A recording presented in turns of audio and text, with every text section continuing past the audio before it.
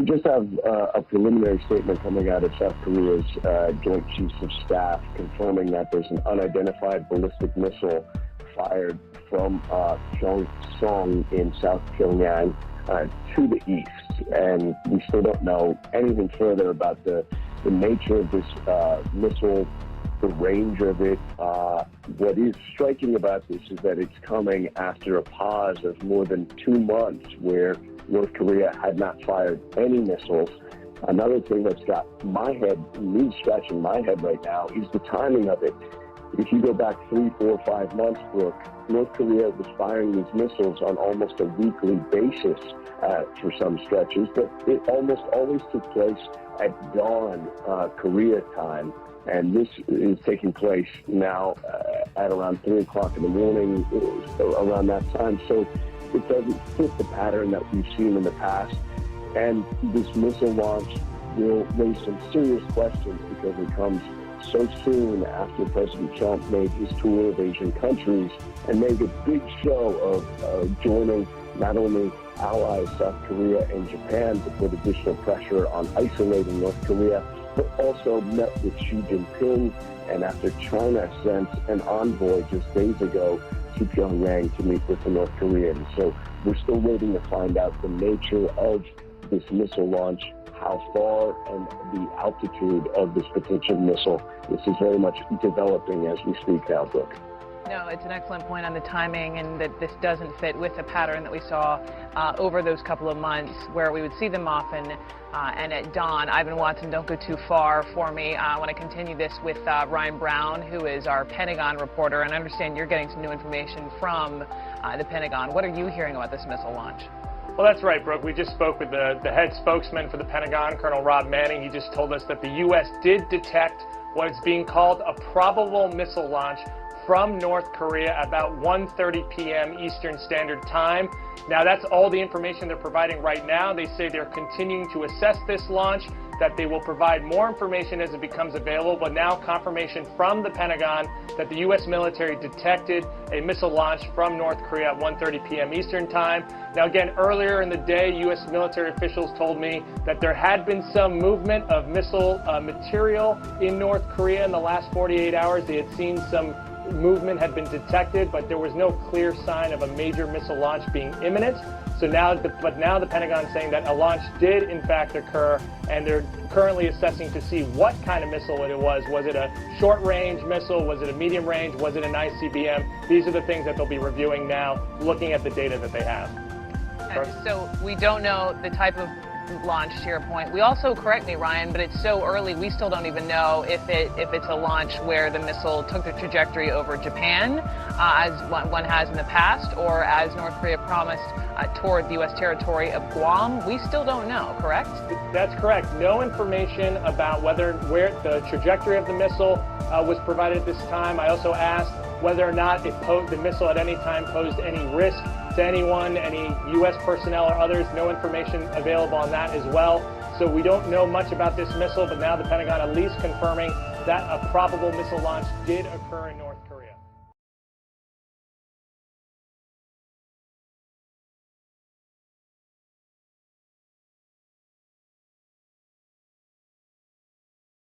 We have just confirmed with a senior U.S. defense official that, in fact, North Korea has launched a ballistic missile. The launch came at about 3 a.m. local time, just north of Pyongyang, the North Korean capital. It's an unusual time for a missile to be fired. Usually they are fired at dawn. We know that this missile went to the east, but right now the Pentagon and U.S. Pacific Command are analyzing the trajectory. We don't know if it was an ICBM, an intercontinental ballistic missile, but we can confirm with senior U.S. defense officials what the South Koreans have been reporting, that North Korea launched a ballistic missile not long ago, firing it to the east. Again, we don't know how far it flew and whether it was an ICBM or not. Harris. Well, we waited for a few minutes for this confirmation, and I know that there are a couple things that you say still we do not know, and that is the type of missile this is. But Jennifer, this is not happening on a day in which there was no news with North Korea. I mean, this day started in the wee morning hours of reports, at least from Reuters, and now building upon different sources, in which North Korea says it's farther along in its nuclear program. The South Korean ministry saying, you know, it looks to be that that is the case.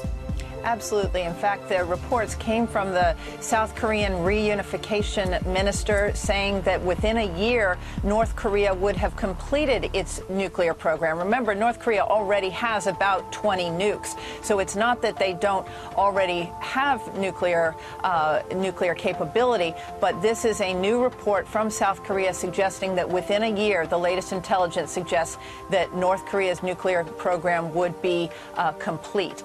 This is obviously a worrisome time. There is a White House meeting slated. Defense Secretary Jim Mattis is supposed to be over at the White House this afternoon. That meeting was to be discussing budget issues. The president had invited him to sit in on that meeting with congressional leaders. It is clear now that they will have to address this latest provocation from Pyongyang. All right. One of the new details that you brought us, and I'm asking our panel to sit by here. We have a gentleman with us today who worked for Senator Mitch McConnell, and no doubt this will come up on Capitol Hill now, so I'm going to ask you guys to stand by and get to this. I want to talk with you, though, Jennifer, about the timing. This happened in the middle of the day for Americans, so if they're trying to get our attention or the world's attention, it's not the overnight. And you mentioned the timing. Talk to me about it. Well, it's interesting. Often what we have noticed is that Pyongyang will fire, particularly if it's an ICBM, at about 6 a.m. local time, Korean time. That ends up being about 6 p.m. here. We're 12 hours ahead on the East Coast of the United States. Again, it's hard to get into the mind of the leader of the North Korean regime. It's not clear at this point whether this was an ICBM, but certainly this ballistic missile, the first, as you mentioned, that has been fired since September 15th, it has gotten the attention of the U.S. military, and certainly the president will be briefed as soon as there is more information about how far this ballistic missile flew, whether it threatened any of the allies.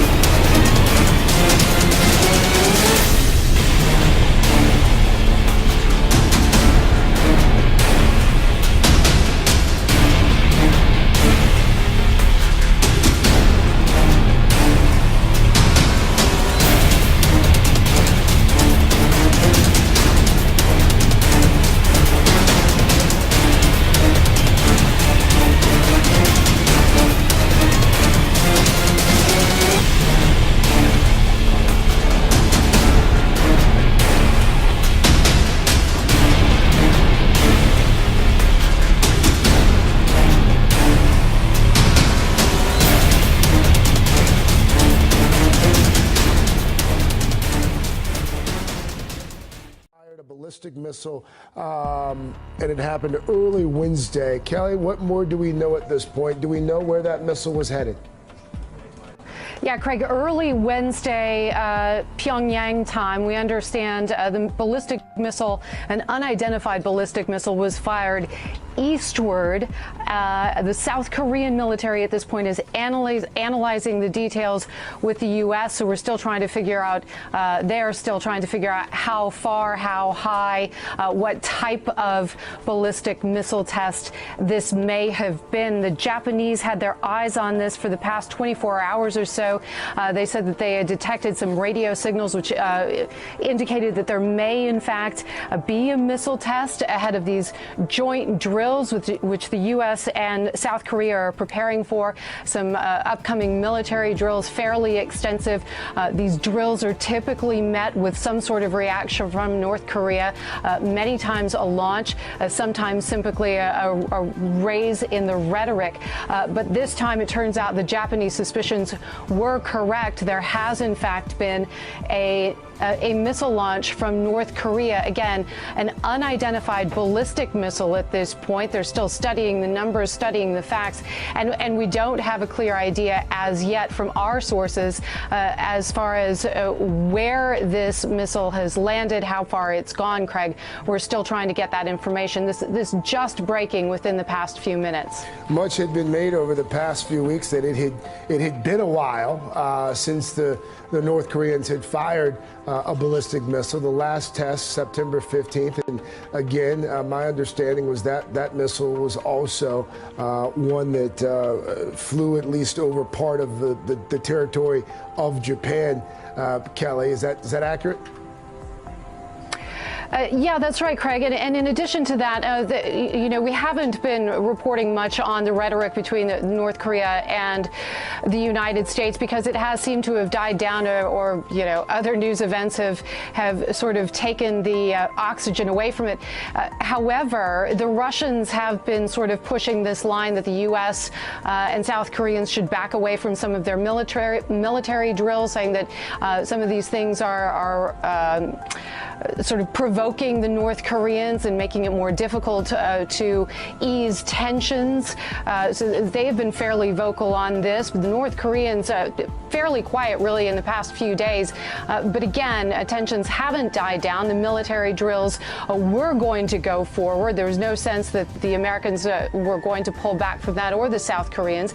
They've always maintained that these are just standard drills, maintaining readiness, not an indication that they are going to attack North Korea. But of course, North Korea has said time and again that they view these types of drills as a provocation and an aggression toward them. So this kind of activity from North Korea, fairly typical in terms of a response, particularly when you see that the United States focus has gone elsewhere. Sometimes we see this kind of thing happening in North Korea, and a ballistic missile test sure to get America's attention. Again, this breaking news happening as President Trump is on Capitol Hill talking to Senate Republicans about this tax bill that's supposed to come up for a committee vote this afternoon. The president undoubtedly hearing the news, presumably also talking to some of these Senate Republican leaders about the most recent launch. Again, this is the 18th missile launch that we have seen from North Korea since President Trump took office. How does that compare, Kelly, to previous administrations? Are they firing these things off more frequently now than they have under past presidents?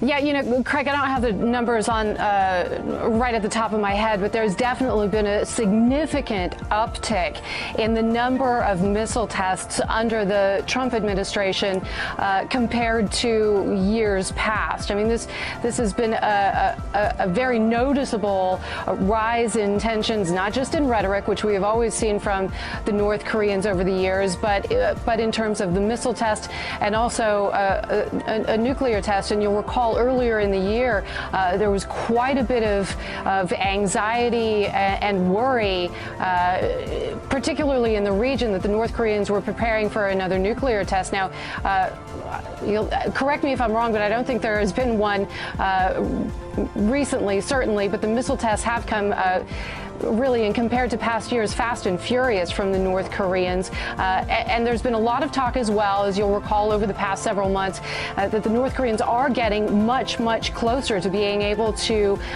put a miniaturized nuclear weapon on top of a ballistic missile and reach parts well beyond their country, Japan, potentially the United States. That's a real worry from the military establishment in the United States. We've heard warnings from many in the military establishment that North Korea may be much closer to accomplishing this than previous thought, potentially within a year. So it's always a concern, Craig, when you see North Korea carrying out a missile test like this, and again, we're still waiting to see just how far this missile has gone in.